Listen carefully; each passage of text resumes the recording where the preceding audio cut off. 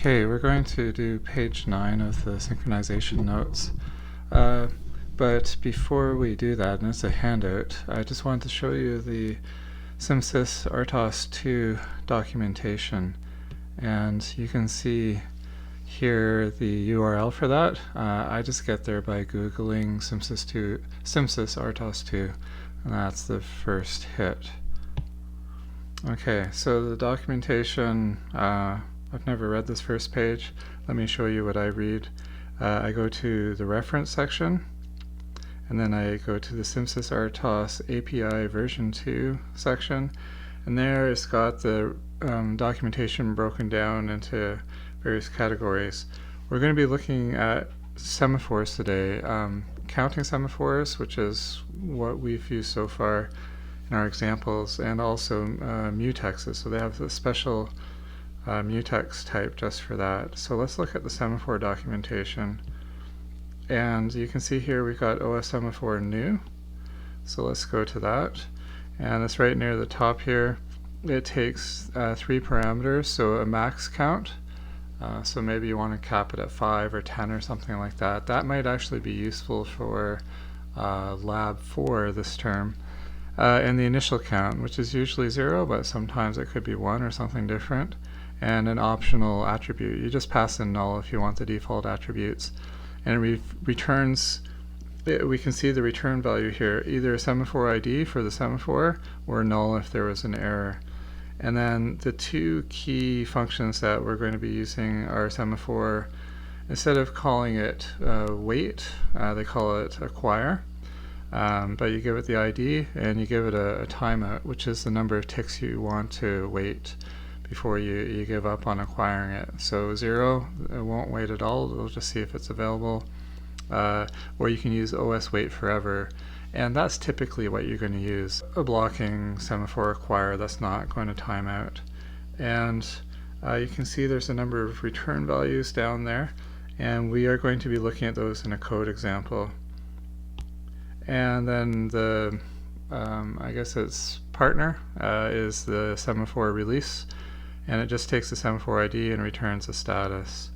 If you look on the left there, you can also see that you can get the name of it, you can get the count, and the thing about get count is that you can look at the count and then you can try to acquire it, and it can change in the meantime because another task or thread may have acquired it. Okay. The other specialized type is the mutex. So a mutex is a 0, 1, it's a binary semaphore, and it has a default initial value of 1. So let's look at OS mutex new. So you can see that you don't pass it a max count because it's either 0 or 1, and you don't pass it an initial value because it's that lock type that we've used before. You can pass it an optional attribute structure, and I'm going to show you that with an example in the handout. And then we've got OS mutex acquire and OS mutex release, and they look very similar to the semaphore versions. So now let's go find the handout. So here I am at the Learn shell for our course. I'll go to Content, and I will go into Lectures, to Handouts, and I've added a new handout under the scheduling template, RTOS 2 sem for semaphore. It includes the mutex example too. I'm going to download. Okay, so there's 2 pages here. So this will be page 9 of the notes. And the reverse side of the handout, or the second page, will be page 10. So there's the usual headers there, the SimSys OS 2 for the RTOS stuff, the LPC17XX because that's our microcontroller unit. Bool gets used, I believe, yeah, while true, and standard I/O for printing. So let's go down to main where we're going to start executing. So we initialize the kernel, and then we create 3 things here. So we're going to create a semaphore, and this so we're giving it a max count of 1 and an initial value of 0. There we have the max count, the initial value, and the attributes. And in this case, we're accepting the defaults, as we usually do. And this will return either the semaphore ID, which we need to save, or it will return null if it fails. Let's go up to the top and just see. We can see here OS semaphore ID type is the type, and I've just called it sem because it's a semaphore. Next, I'm going to create two threads. So T1 and T2 are the functions that are being passed to these two threads. And this time, as opposed to my usual examples, I'm saving the thread ID. So we've got OS thread ID type, and I've called it TID1, TID2 for thread ID 1 and 2. And I did that just so that we can do some checking down here. So this is good practice, especially if you're doing production code. So if not sem, so this is like saying if sem equals null, if that's true, then not sem will be true, or TID1 equals null, or TID2 equals null. So what I've got there in the code is equivalent to what I just wrote, but it's a little shorter. It's kind of, using C tricks. Maybe it's not the best for readability. But if any of those three identifiers are null, that means that one of them failed being created, and I'm just going to print failure, and I will not start the scheduler. I'll just go to the for loop down here. Now, usually they're not going to fail. It would be unusual if they did, so we're going to go to kernel start, and that'll start threads 1 and 2 running. They both have the same priority because we accepted the default attributes, so they've got OS priority normal. And so either one could run first. Let's go up to task 1 here. So task 1 does nothing with the arguments, and it's got a small infinite loop here.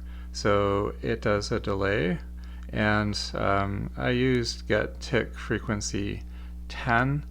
That would be pretty, divide by 10. That would be pretty quick if you're running this on the real development board, but for the simulator, that's pretty slow. That's about once every 30 seconds because it's simulating the time. You might want to change that to 20, 30, 40 if you're trying to run this code. So it delays a bit, and then it does OS semaphore release. So it releases the semaphore, and here I just check the return value to see if it was not OS OK. So usually it will return OS OK. If it's not OS OK, then we're going to exit this function. Something bad happened, so we're done. So see if you can figure out which use pattern for semaphores I've implemented here.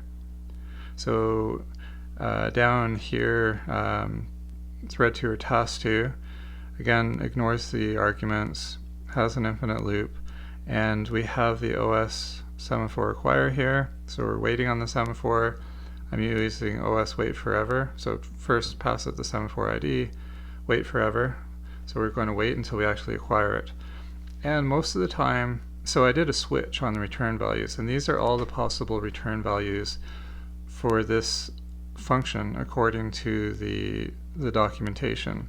So OS OK, so this is what we expect to happen. It'll print tick, and then we break out of the switch. The other options that can happen is you can get a timeout. So if I had specified a timeout here, say it was 50 and I didn't acquire it in 50 ticks, then I would print timeout. And that may not be an error, that may just be part of the application design. OS resource error is another option, so that means that we had a timeout of 0 and the semaphore was not available right away, so we're just going to return. We're not expecting either of those cases. And OS error parameter means that it was a bad semaphore ID, so that ID you passed, it doesn't represent a semaphore that's been initialized by the OS, and shouldn't get to the default because I covered the 4 cases there, but just to be thorough. So this is the event signal use case that I showed in, I think it was section 2.1, and so that's the semaphore. Next page we'll do the mutex.